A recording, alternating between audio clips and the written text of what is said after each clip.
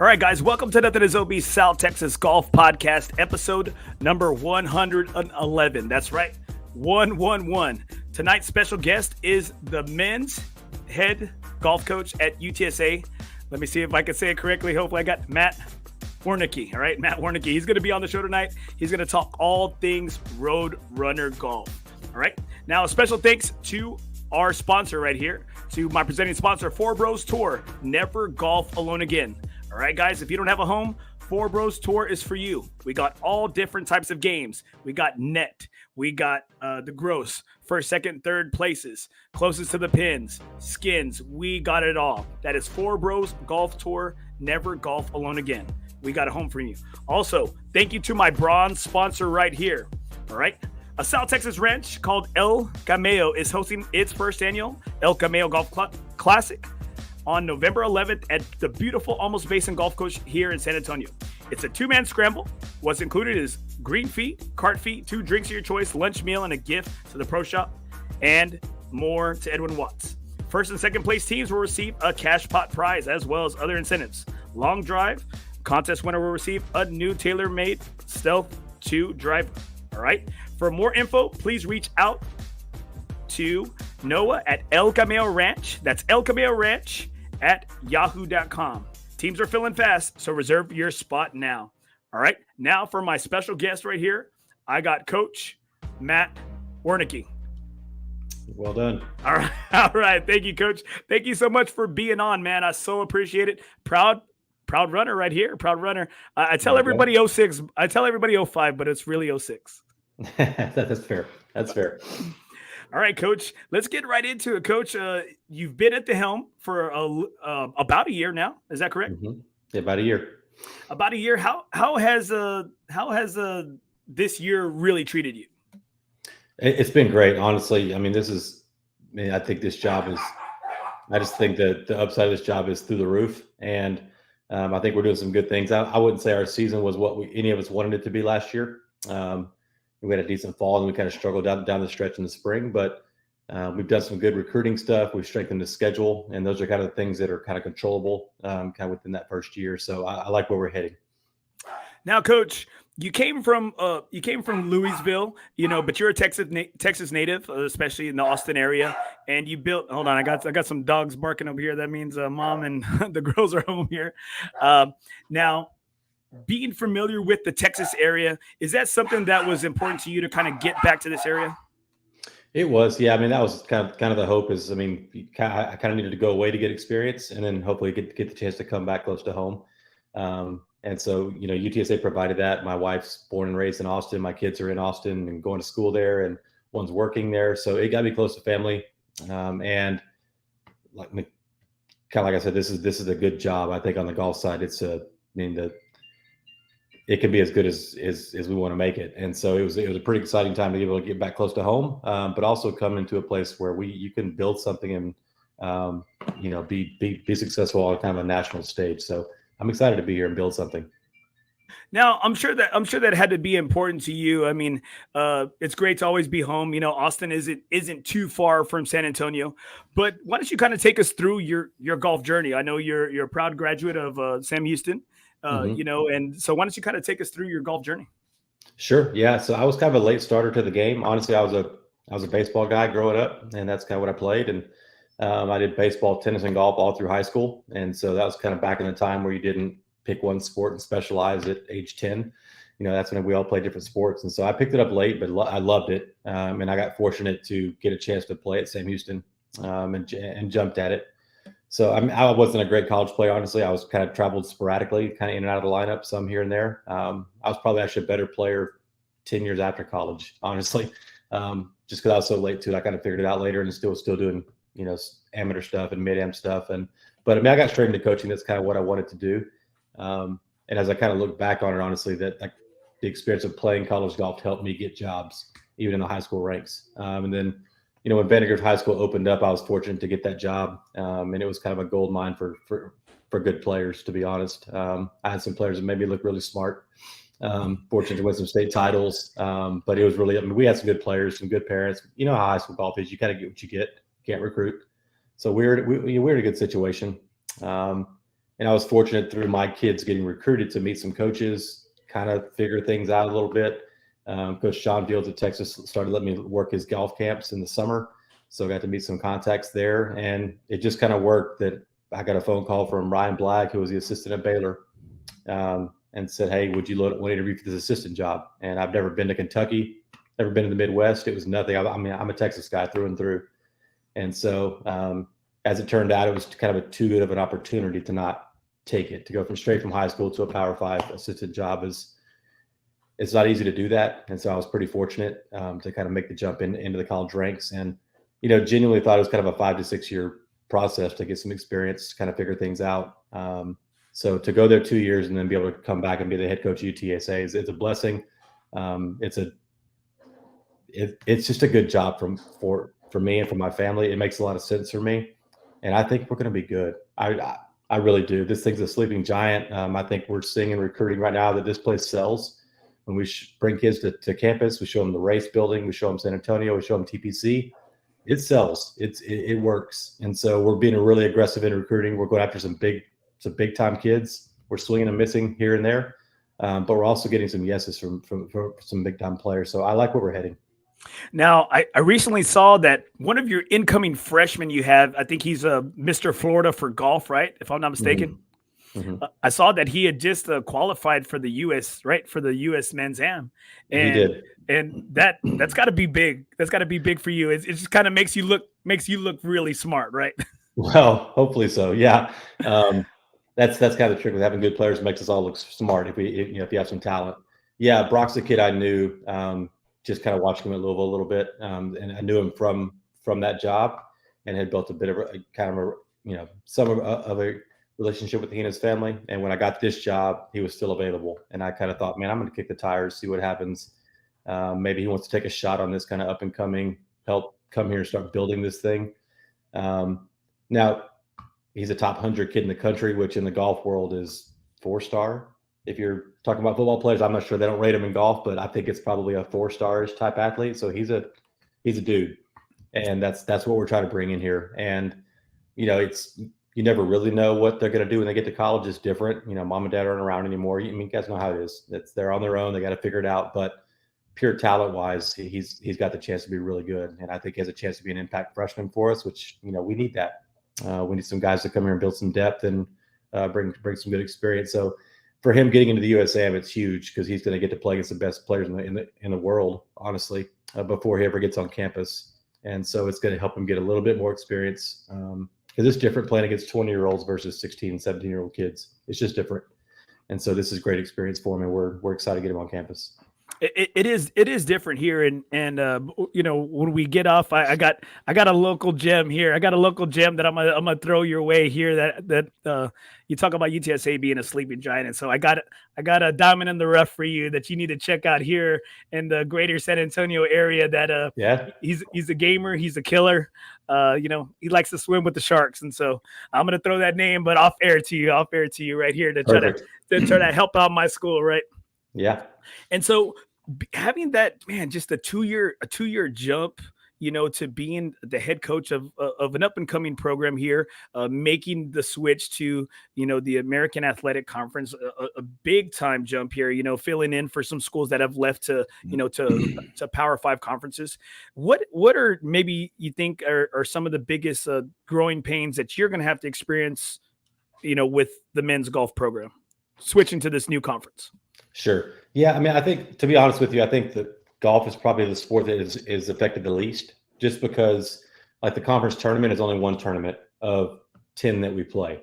So it's different. Like other sports, the American conferences, they're like, hey, basketball or football, whatever.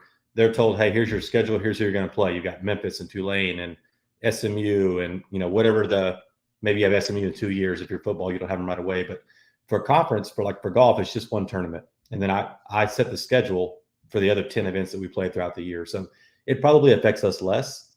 Now it's a tougher golf conference than what we're used to, which is fine with me. We had SMU, who's traditionally really good. We bring in Charlotte, who's been really good, and Memphis has been on the rise. So it's probably 2 or 3 teams deeper than what Conference USA was. But honestly, the biggest thing for us is like we have to build depth.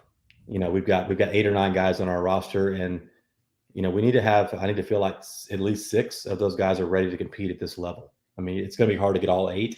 I mean, that'd be a dream, but hardly anyone gets that. So depth is the biggest thing we're trying to build, and that's going to come through kind of the portal for a year or two. Trying to bring a guy, maybe one guy the next couple of years that has kind of done this before. Maybe he's a 21-year-old who's seen this and he's proven he can play, versus plugging in a bunch of freshmen who, may not be ready to go yet. And so we're trying to figure out what the right balance is. I don't want to build the roster off the portal. That's not what I want to do. But for the first couple of years, I think we need to kind of plug some holes and let these freshmen develop and these young guys kind of figure this thing out, because it's just different. The golf courses are harder. They're longer. The pins are tucked. The rough is up. It's not junior golf. And so if you can bring in a kid who's been there and done it for a couple of years, I feel like it lets those young guys develop a little bit. So depth is what we're working on. And then also kind of making our schedule stronger. And we're making some good strides. I mean, Valero's hosting an event this fall for us, which is huge.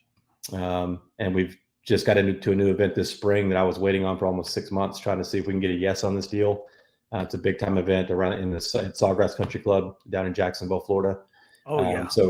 So we're doing the right things kind of behind the scenes to, for, I guess in golf, the biggest thing is schedule. It really is. It's, I think, like to make regionals for golf is kind of like March Madness. Like, you've got to have a strength of schedule and you got to win within that strong schedule. And so golf, we're having to build our schedule, get a little bit stronger. So if we do have some success within that schedule, it's strong enough to where we might get an automatic bid. And that's kind of where I want to build this thing to. I don't want to have to win conference every year to advance. Like, I want to be good enough kind of throughout the year to just get an automatic bid, not have to worry about it. So that's kind of what we're working on. Now, as you took over the program, longtime coach, Coach K, really took the program, from being ranked in the 200s to where it is to this day.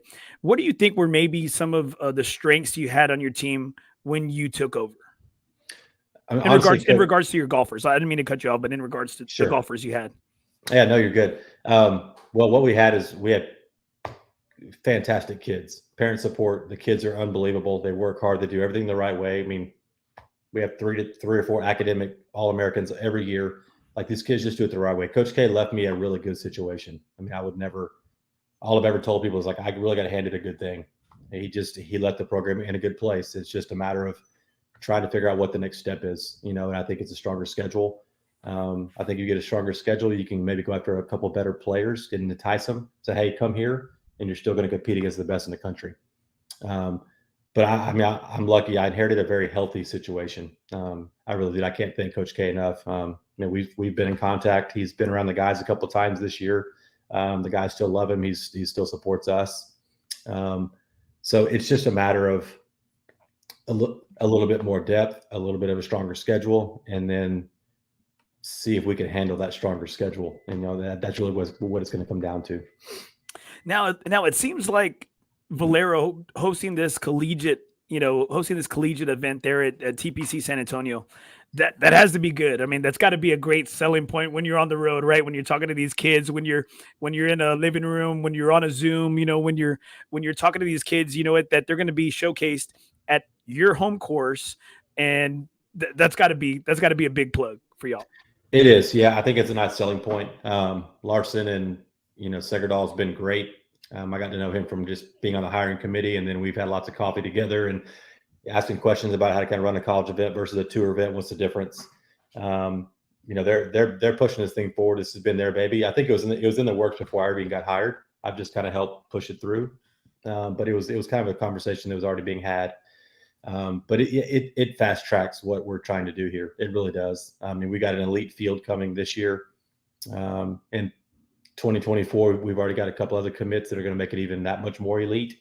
So there's teams that are begging to come to this tournament just because they know how good it's going to be. Valero's kind of rolling the red carpet out. We're just fortunate that they're wanting to invest in this and get behind college golf. And I think I see the value in kind of PGA Tour U and how good these young college guys are. The winner gets a start in the VTO in the spring. And so you dangle that carrot out in front of some of the best teams in the country, they want to show up. Because if their kid wins, they get to put all over social media. Their kid's playing a tour event. It helps their recruiting. But for us, it gets our kids around. It gets our kids exposed to an elite field, and it's hard for mid majors unless you're really really good to even get into fields like this. And so for us to host it and then come to our backyard, it's going to go a long way for us. Now, what would you say is your coaching style?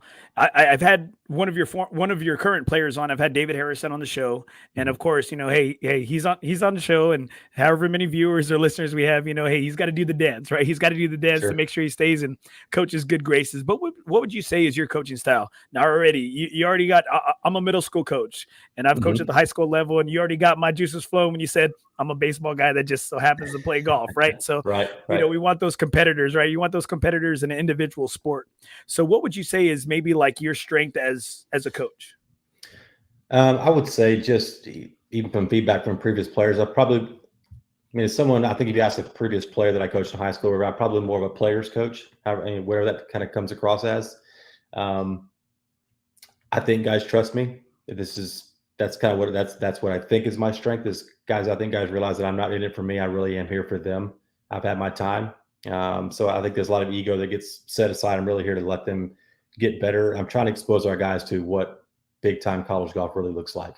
Because they came here for an experience, and that's what I'm trying to give them. And I want them to be able to play against the best in the country and see what that feels like and test their games. Some of these guys want to turn pro, and you need to see where you stack up. I push the team aspect of golf pretty hard.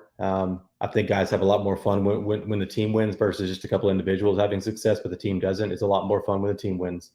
And I don't pretend to have all the answers when it comes to swing stuff. I like the guys to I trust the coach that's got them this far so far to keep pushing him forward. And I'm just kind of an extra pair of eyes. I come alongside and encourage.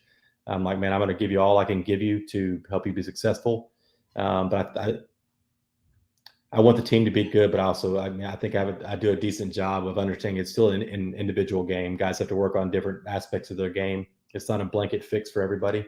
And so balancing that between, pushing the team stuff, but also giving guys the freedom to work on what they need to, because that actually helps the team.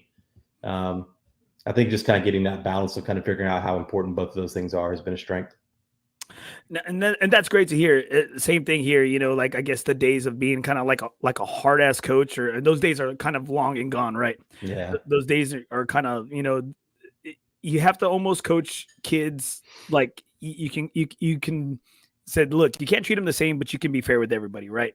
And so I think that's one thing that kids nowadays, because it's a different day and age than it was like 10, 15 years ago. It's a different type of kid. Yeah. So you have to kind of play like a different role. And I saw that you were recently out, I'd say maybe in the past like 2 or 3 weeks, you were out on the recruiting trail. So when you're out on the recruiting trail, what is it that you're looking for that can maybe fit the mold of a road runner, of a golfer for our team? I say our team, coach, because hey, graduate, I say ours. Yeah, you'd say ours. I love it. Just like me personally, when I'm watching kids play, there's a couple of things. There's a certain amount of speed in their golf swing that they need to have. They don't have to be the longest guy, but they have to X amount of speed. They had to hit it far enough. But I like guys who can really control their irons and really flight their wedges. That kind of gets it. That kind of does it for me. I think a guy can really control his ball at age 16 or 17 or however old they are. That's a really good sign that they're going to be a pretty good golfer at this level. Because like I say, it's just harder in college golf. So ball control is a big deal. Genuinely, I tell kids a lot. It's like I actually want to see kids play bad sometimes, because when these kids are playing good, they're all good. Like it's easy. But I really want to see them play bad and see how they manage themselves. That's important to me. Do they throw a fit? Do they bounce back? Or do they pout for 3 or 4 holes? Like those kind of things coaches notice. And it's not just me, that's across the board. I think kids get locked into the fact that like if they play bad in front of a coach, that their chances are gone. And that's not really the case at all. Coaches actually want to see you struggle and see how you handle it, because you're going to struggle in college too. That's just normal. Golf's really hard, and competitive golf is extremely hard and very unforgiving. So you've got to be a dude. You got to be a big boy to be able to handle it. And coaches like to see that. So, there's some those golf things I like, but the behavior stuff, the struggle, can you bounce back? That's probably more important, honestly, than what your score is, how good you hit it, that kind of stuff. Because good players are good players. It's they all kind of do the same thing, but the struggle is something that we like to see. And that's interesting. I guess, I don't like to say I'm a good coach, but I think you hear it from a lot of successful coaches. They say something similar. They want to see what you do when you have when you're down in the dumps, when you have a adverse situation. Are you going to hang your head and pout? Are you going to push through? And like what we say in the golf world, are you going to just grind it out, right? Grind. You want those grinders, right? Well, I got some comments right here. I got Armando Barbosa. They should have recruited me. He's a big dude. I don't know. He's a big dude. So if you need a football player, he might be him. Right here. I got Tony Harris right here. I was managing the Claw at USF, University of South Florida, seen the team go from below average to winning the Big East in 2 years when Coach Chris Malloy took over. UTSA can make that same impact. Tony, I agree with you. We're starting to get things all rolling in one, and I think Lisa Campos has done a tremendous job in bringing in the right people, surrounding our kids with great mentors, great men and women like yourself, Coach. And I think we're no longer a commuter school. We are a flagship university, and it's I think you're the right man. Watching you carry yourself, watching you shake babies and kiss hands at the press conference there at the Valero Texas Open. Because you have to be somewhat of a politician. Am I right in this business? You do. Yeah, that's definitely part of the deal. Right here also, let's see. From Tony Harris again. Malloy, the 2013 Big East Coach of the Year, returned to Oxford after 4 years as a head coach at the University of South Florida. And you know what? It's great to be back here in Texas for you. And what's the biggest difference you see from, winning state championships and seeing those type of, state championship players to being like a Division I golfer that can, put and scratch several rounds together? Sure. Well, before I answer that, it's funny that all those Chris Malloy all those come up. I actually know Chris really well. He's one of the guys I called when I got this job to get feedback on how he built a mid-major. So it's funny to say that. I know Coach Malloy. He's fantastic. And I picked his brain. Yeah, I mean, we just, like I say, I was fortunate in high school to have some really good players that even if I'm good at what I do, they made me look really good at what I was doing. I think what you realize is coaching. I don't want to minimize coaching in college because that's not it. But if you can coach, you can coach. It's kind of the same thing. But once you get up here, like the difference between being a team that's going to make regionals, being a top, like for golf, if you're a top 50 team in the country, you're pretty good. Between the difference between 50th and what we were last year, like 120th, which that's not acceptable for me. It's pretty minute. It's not that big of a difference. For us, it was depth, and so our good days were good, but our bad days were too bad.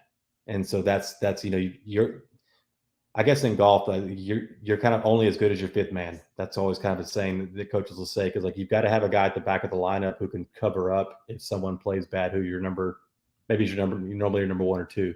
They're going to play bad. It's going to happen. And you've got to have someone at the back end who can cover up that round so you don't get behind so far that you can't recover. So I think that's what I had to learn. Even going to Louisville, I had to realize how good these kids are at the college level. Everyone's got good players. There's no scrubs out there, and depth is a big deal. Learning how to minimize mistakes is a big deal. It's not making more birdies for a lot of our kids. It's like, can you play cleaner rounds of golf? Can you make less bogeys? Can you turn a double into a bogey and not make a double? It's small things like that add up over 3 rounds with 5 guys. And finishing 3rd or 4th versus 7th or 8th might be 3 shots. Well, 5 guys over 3 days, if you're playing sloppy, there's a lot of sloppy shots you're dropping around. So those kind of things are what really turned the corner, and that's what we're gonna have to work on going forward. Now, Coach, being at Louisville for 2 years, luckily enough, I had me a good buddy of mine who lives in the I'd say the upper region, more like the borderline between Kentucky and Ohio, right? Mm-hmm. And let's put it this way. I stayed back out there in the holler for a little bit. You know what I mean? So I'm like, I'm pretty familiar in that. I got a good education. I got a good little education in the holler last summer, right? Sure. And so I guess as you play these different courses, is that kind of like one thing that you try to get your guys ready for, to see different types of grass, different types of, different types of settings? Because you know what, playing out there in Kentucky, it's different than Texas. I mean, It it's is. different. Like they call it the bluegrass state for like a reason. It's just Sure. it's green, and I'm like, I thought I was in filters. I'm thankful that grass doesn't grow like it grows out here, because man, like I'd get lost. I'm a little dude. I'm 5'4" on a good day. I'd get lost in the blades of grass out there. Yeah. Yeah. So what is something that you do when you're trying to build these tournaments, besides obviously, those RPI ratings, those rankings and getting those points? What are you trying to do, especially now as you get ready, through this fall to get ready for the spring? Yeah. So it's a big deal I mean, one of them is just player experience. Like, I want our guys to travel the country. It's part of coming to college. They work their tails off to get here. And I think the reward is taking them to some really cool places they may not get to go on their own. That's part of it. The other part is, like, so when the regional, like there's 6 regional sites every year, and they're spread out all over the country, and you don't really know where you're going to go. It's almost like a snake draft. It's kind of how they set up regionals. It does this, to kind of make the sites even. And so if you're a team that's going to get into regionals, you don't know where you're going to go. You could go to the West Coast. You may go to the Northeast. You could go south where there's Bermuda. You may go to Colorado where there's altitude. And so if your kids have never traveled and played anything other than Bermuda grass, if they get one practice round and then they got to tee it up and get going, well, that's not enough time to figure out bent grass or bluegrass rough or altitude in Colorado for how much further the ball goes. So those kind of things, I think it's important to travel around during the year just in case. Expose your kids to some different stuff. Like last year, we went out to Poppy Hills in the Carmel area and played a whole different style of golf our guys had never been a part of. Because what if you get to the West Coast where you got Poana greens, they're hard as a rock and they bounce, and you may get some fog roll in. You know what I mean? Like, those kind of things are a big deal. We went to New Mexico and played the Tucker, where you got a little bit of altitude, you got some bluegrass rough. They host regionals every 5 years, it seems like, at that site. So that's the biggest part of the experience, honestly, is getting your guys familiar with a different style of grass, just in case you get sent there for regionals. You don't want your guys getting there and being kind of having the whole deer in the headlights look, because then they can't recover. And so that's the biggest reason that most teams kind of bounce around the country, is it's just in case for regionals. Your kids need to be prepared. Give us a story, Coach. Give us maybe one of your best success stories that you've had so far. I mean, I know you got a decorated Texas high school golf coaching career, but give us one of your success stories that you have from college. Probably the first year I got there, honestly. We made a nice run. We had a couple of good players. That was a COVID year, so we battled COVID that whole season. We didn't play in the fall. Got got tested twice a week. It felt like, things stuck in your nose all the time, getting tested to see if you could even travel. And so going through all that, we'd inherited a couple of nice players. Got a guy on the Matty Schmid, who's on the PGA Tour right now. John Murphy's on the European Tour, and a couple of guys on the Canadian Tour. So we inherited some nice kids. But we made a run at nationals, and I think it was probably bad for me because it just felt easy. I wouldn't say we even played great throughout the spring, but our ranking was good enough. We played pretty good at regionals, got to nationals, and it just felt like, well, every pretty good team gets here. And that's not the case. It's actually way harder than that. I got spoiled that first year, but kind of watching our kids, we ended up finishing 9th in missed match play by like 5 shots. And so it gave me the up close look at what that looks like and what it takes and how good it has to be. And how good those teams are that are up there. They're top 10 teams in the country. Coming out of high school, having a lot of success, I felt like I knew something about golf. I needed those years at Louisville. I needed to see what, like, Matty played in a couple Palmer Cups, John played a Walker Cup. Like, I needed to see what that level of golf looked like up close and personal. So it helps me in recruiting when I'm here looking at players and evaluating. It's like, it gives you a better idea of what elite looks like and what these kids, when they're, when you're looking at them at 16 and 17 and trying to project that they'll translate to, at 20, what will they look like? It just gave me a better perspective of what a really good 20-year-old looks like versus a really good 15-year-old looks like. And so that year was priceless, getting to see that up close and personal, some of the best players in the country. So that really helped me kind of get here and feel more prepared. What do you think was one of maybe the hardest growing pains you had in like you said, finishing the year at ranked like I don't want to say it incorrectly, 125th, 126th. What do you think Mm-hmm. was one of the hardest things that you had to kind of swallow, that you had to kind of go back to the drawing board and look, because as a coach, you always got to you look to yourself first before the kids, right? I mean, that's really Sure. what you do.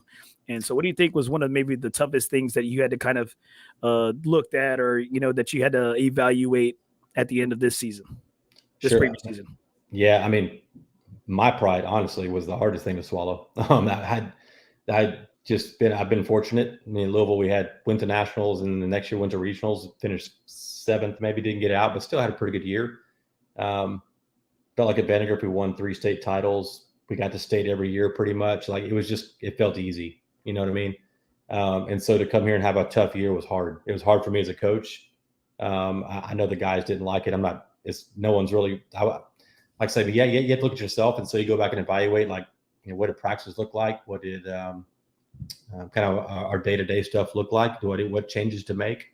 So yeah, it's a lot of kind of looking inside and figuring out, hey, am I actually good at this, or was I just fortunate to be in good situations? So, I mean, you kind of question those things. And I think that's a reality for any coach that would go through that. But I think it's also good for me to understand that, like, I mean, this thing, it's a fickle business, and you don't get to just coast. You don't, and I didn't coast. It wasn't that, but you don't get to just show up and have success.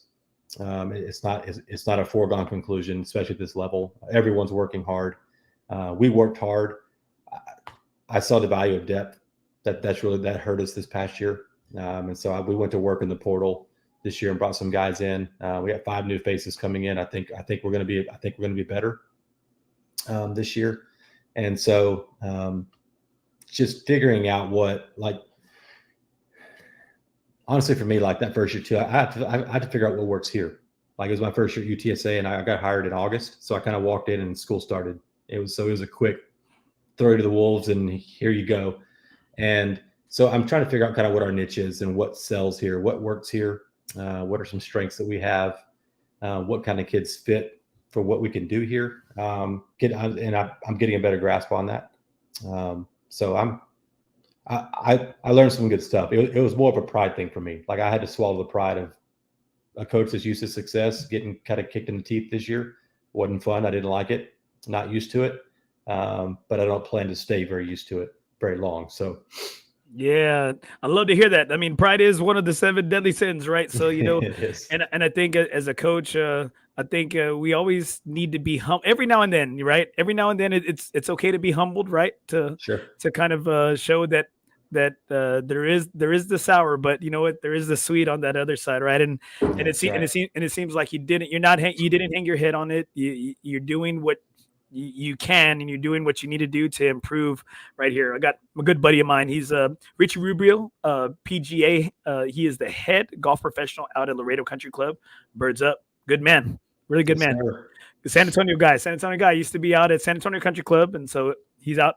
Well, thank you to Richie, because he had me out at Laredo Country Club, I'd say about a few weeks ago. Hadn't been It's Laredo. A good spot. It's, man, them greens. There's some some undulation right there, man. It's just, I don't want to say what I shot, but I showed 11.3, so I was showing my handicap. Let's put it that way. There you go.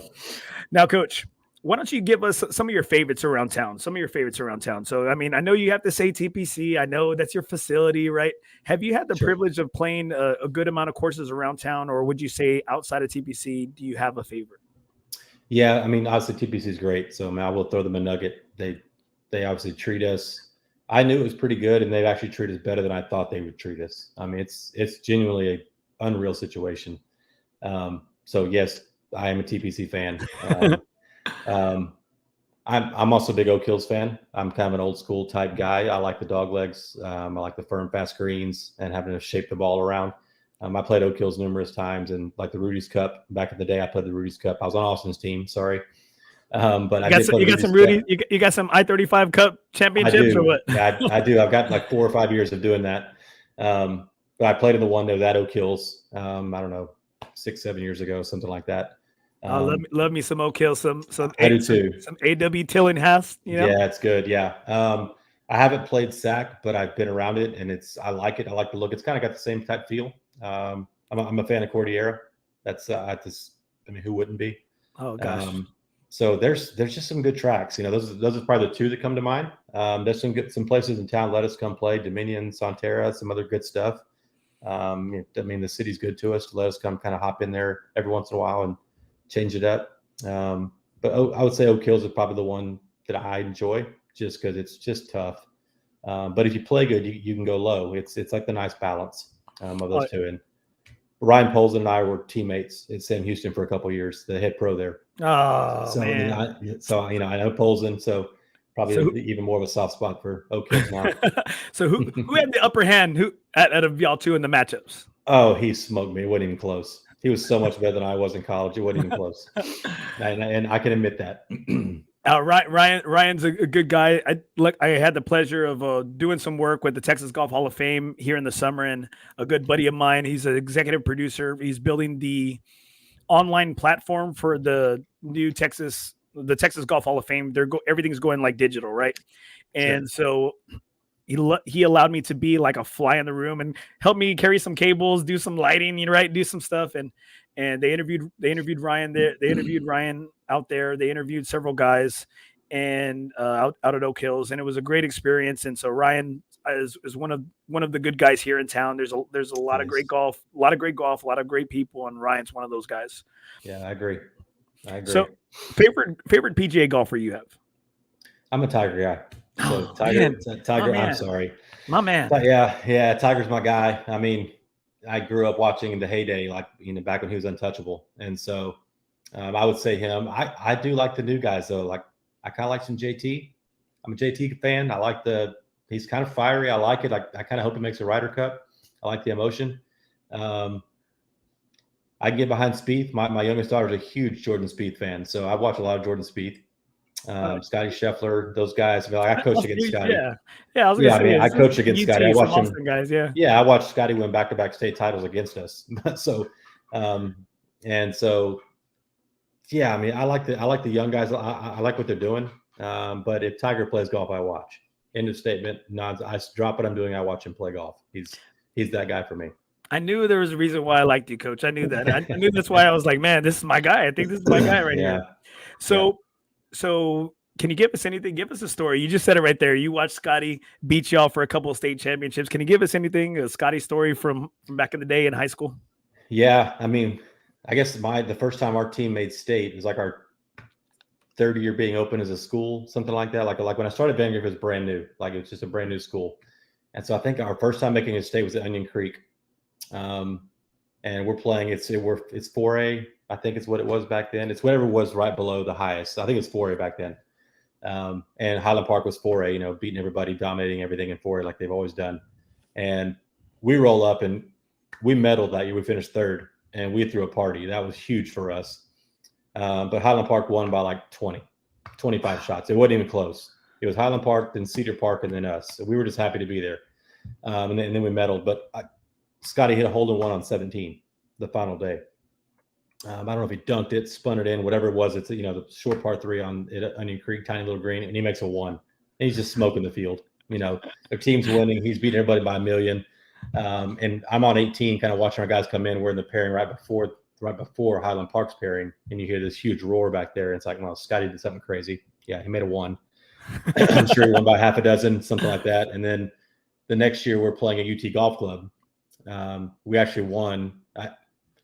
We weren't expected to win. The Highland Park brought their whole team back, but I had a really good freshman and a kid who was hurt the previous year that was now playing. And we won by 12, 14, something like that. We weren't supposed to, but Scotty won his third in a row. I remember him playing, Scotty's 6', I don't know, he's 6'1 or 2 even in high school. He wasn't as filled out as he is now, but he's still bigger. And one of our better players was a freshman or sophomore. His name was Cooper Dawsey. He was All-American at Baylor, Walker Cupper. He's playing Canadian Tour right now. But Cooper was probably 5'8", 140 pounds soaking wet when he was paired with Scotty. So it's like watching an adult play against a high school kid. It's like Rocky IV, right? You're watching Rocky versus versus Ivan Drago. Yeah. And actually, I mean, to Cooper's credit, he held his own to kind of late in that day. Scotty ended up winning by 4 or 5, and that was his swan song. You know, doing the hook 'em for 3 in a row at UT, going to UT, that whole deal. But I mean, I think if you ask Scotty today, he would trade that for the team title in a heartbeat. Always, right? Always. Oh yeah, but we snuck one from him that year. All right, man. I love to hear that. I love to hear that because that, you know, you one upped them there, right? That time, that's about it. Yeah, that's about it. And I mean, I got to know Scotty actually more through. So we practiced at UT Golf Club quite a bit at Vandergrift. We went there once or twice a week. They were good to us. Let us have some team practices, qualifying, that kind of stuff. So I actually got to know Scotty more while he was at UT and seeing him out there. I mean, I don't know if I could like text him and say, "Hey, bud, what's up?" And he would text back. I'm not sure we're that close. Maybe he would acknowledge me. But if I saw him in passing, he would say hello. Even to this day, he's genuinely a good dude. He hadn't changed really, honestly, from where he was, which is kind of tough to do with where he is now. But he's a good dude. Well, hey, he likes Tiger too because he rocks Tiger's Nikes. I know that much, right? You got to be a Tiger lover if you're rocking Tiger's Nikes. I think Scotty's a Tiger guy. Any superstitions that you had as a player or as a coach? My only superstition, and I don't even know if it counts. I have chapstick in my left pocket at all times. I don't know where it came from. It's probably just a habit thing now. But I didn't notice it till I had some. I coached girls when I was at Vandergrift as well, and I had a girl who ended up playing at SMU, and she had a thing. Her thing was Wheaties, like frosted covered Wheaties was her snack of choice while she was playing golf, and she started mentioning and like asking if I had chapstick in my left pocket whenever I'd come, watch her play or check it on her or whatever. And it became a thing that I didn't know was a thing until she brought it up. And this is 10 years ago, and to this day, I don't go anywhere without chapstick in my left pocket. Not my right, it's in my left pocket. So I don't know if it's a superstition thing or it's like a comfort thing. Like like for us nowadays, if you don't have a phone on you, you feel kind of naked. Yeah. Or whatever. Chapstick's that way for me. Like I'll go back home to get my chapstick if I forget it. So that's probably the only thing I have. All right. So what type of chapstick? Because I live with and I saw your family and everything. I mean, I live with the house of nothing but girls. There's nothing but nothing but beautiful ladies here in my household, right? Yes. And there's one of my hi baby. There's one of my daughters right there. She pops her head out. Right. And so we got all different types of chapstick. And I got a 14-year-old and I got an 11-year-old. So we got those weird, crazy chapsticks that don't really like just, they don't actually do anything. They don't do anything. And then, I'm an old school type of guy. Like, hey, and then my wife's got the Sunbum ones or the Burt's Bees wax. I don't know. You tell me, what kind of chapstick guy are you? I'm a Burt's Bees guy. If I can do it. You're rich. That means you're rich. Well, that means your credit score is good. That means your credit score is good. Debatable. But when I'm feeling good, I'll buy that. I'm okay with a just normal blue, black, or strawberry cheap one when you're checking out at HEB and you're like, oh, I need chapstick and grab it. Just I don't even know what it's called. Just the cheap stuff. I know, man. I just need it in my left pocket. That's it. But yeah, if I can do Burt's Bees, I'll do it. What golf tournament are you looking forward to? I know you said you added some and you had been waiting. You said you had been waiting one for a good while. What is that tournament and where is it going to be played at? Yeah, so the one we waited on it's called the Hate. It's named after, I think, a previous coach or a alum or something. North Florida puts it on. We played the event when I was at Louisville for a couple of years, so I know the golf course. I got to know the coach a little bit, and I pretty much begged for 6 months. I just stayed after it, and it got moved. So it's at Sawgrass Country Club, which is kind of across the street from TPC. And this year they got it to where it's moved to where it used to be 36-18. Now it's 3 days of 18 holes, which are in golf. It's nice to have those because your guys get to go home and rest. And those 36-18 tournaments are tough. There's not a lot of recovery and just a lot of golf quickly. So it's nice to get that in the spring to get the guys fresh legs, a chance to, and that's a cool place to go. You can go to the beach if you want to, in the evenings and let the guys have an experience. But it's going to be a great field, and you also get practice round tickets to the Players Championship for the Tuesday. So we'll play Saturday, Sunday, Monday. And then all the teams get practice round tickets to go to the Players on Tuesday. So it's a cool thing for the guys. It's cool when we're recruiting to say, hey, we get to do fun stuff like this, play an elite field, but also go to the Players. I mean, not everyone gets to do that kind of stuff. And so adding those kind of things to the schedule for our guys is priceless. I mean, their eyes are going to light up. They're going to love it. It's something new, something fresh.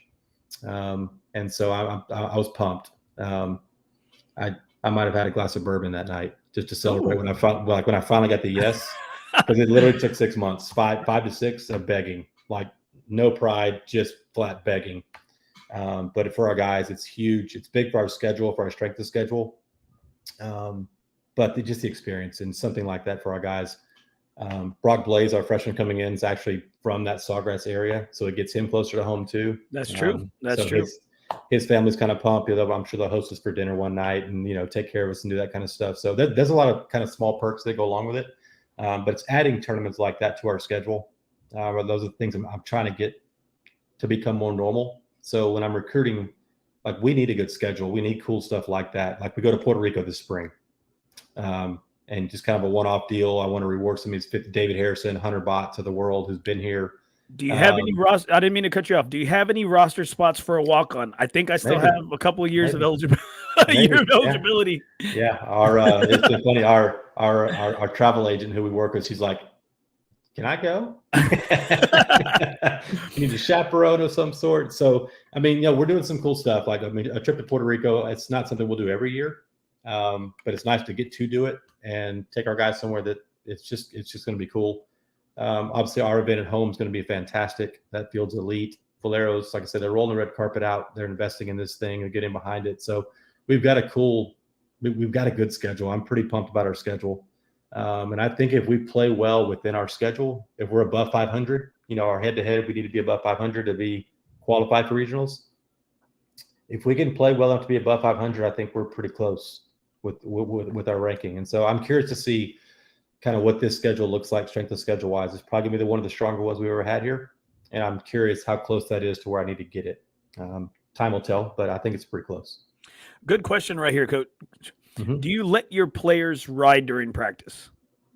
We do. So, we have limits. No, you're prima donnas. That's what you're trying to tell me right now. Yeah, there. That's what you're saying. Yeah. So, we get limits on hours per week. And so that counts workouts, that counts playing golf, qualifying. Well, qualifying rounds are 3.5 hours, 4 hours. So it's way better for us to ride in a golf cart so we can actually get some stuff done without fudging, on those kind of things. So, and honestly, like at TPC, we've got a resort play and member play. And if we walk, sometimes we hold the golf course up. And so we've got to be cognizant of that. That's just part of the deal. That's true. So good backtrack right there, Coach. Good backtrack right there. Yeah. All right, Coach. Let's see right here. Favorite golf movie? Tin Cup? Come on. Gotta be.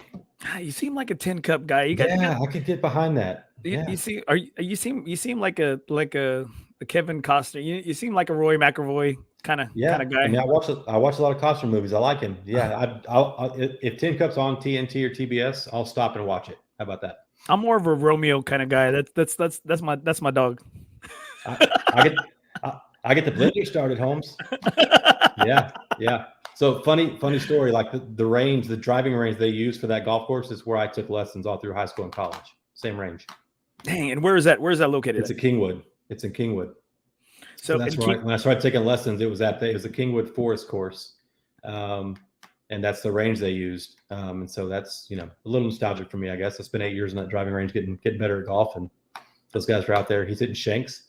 And I was gonna say, did El Jose ever come your way? He didn't sneak in, thank goodness. No, not in those days. All right, Coach. One of the last questions since I got you here. Who are you playing your final round of golf with?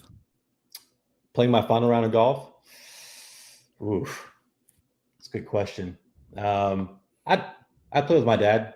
My dad and my grandpa are big golfers. My grandpa passed here a couple years ago. My dad's actually kind of getting back into it. He played some small private college golf, but he's super behind this job. He's trying to help us get this thing going and financially if he can. And he's going to come volunteer for the Valero, and it can be a walking score or something like that. But he actually came up the other day and asked me for a lesson. So he came up, we had lunch, and I kind of looked at his golf swing a little bit. I'd go play with him. Yeah, for sure. All right, Coach. Let me make sure. Okay, let me say it again. Wernecke.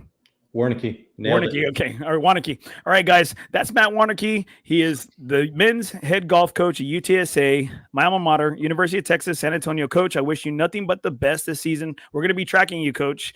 Hey, I'm waiting to hear from one of your incoming runners how he does, how he does. And what's his name again? Brock Blaze. Brock Blaze. I'm waiting to hear how he does because I know, hey, we got Cameron Carrillo coming up for the women right now. And that's right. Hey, and now we're going to have a future runner out there looking for support. Coach, if we don't mind sticking around right here as I close everything out so I can kind of just chat with you a little bit afterwards. Sure. We'll do it, man. All right. Hey, guys, make sure, guys, you support the UTSA men's Roadrunner golf team. Like Coach said, it's a sleeping giant. Well, it's not a sleeping giant anymore. It's about to start waking up. It's about to get after it. It seems like we got the right man at the helm here to follow up on the success that Coach K had. Right here. Coach is a competitor. He's a guy that's get after it. I like to hear that he's not just a golfer. He's a baseball player that just so happened to play golf. All right. And we love those type of guys for our kids and for our young student athletes right here. All right, guys, let me go ahead and thank a few people out here right here. I want to thank my bros out at FOREBROS Golf Tour. Never golf alone again. FOREBROS has a home for you. Make sure you check us out on Unknown Golf and on Facebook, Instagram, TikTok. We're out there. Never golf alone again. Also, I want to say a special thank you to, and make sure, guys, you go out and support our friends out at El Cameo Golf Tournament. South Texas Ranch, El Cameo is hosting its first annual golf classic on November 11th out at beautiful Almost Basin Golf Course here in San Antonio, Texas. There's a first place and second place teams will receive a cash prize. Make sure, guys, that you get after it, guys, because spots are filling up and they are filling up soon, guys. Make sure you hit up Noah out at El Cameo Ranch at yahoo.com. You can call or text at 361-815-2303. Teams are filling up fast, so please, guys, reserve your spot. I want to say a special thank you out to my bros. Also, I want to say a special thank you out to my boy Richie Rubio, who hosted me out at beautiful Laredo Country Club. Such a good guy. All right, guys, thank you so much for tuning in. Make sure, guys, you continue to support the podcast. Birds up, support that 210. Remember, guys, in the game of life, nothing is OB.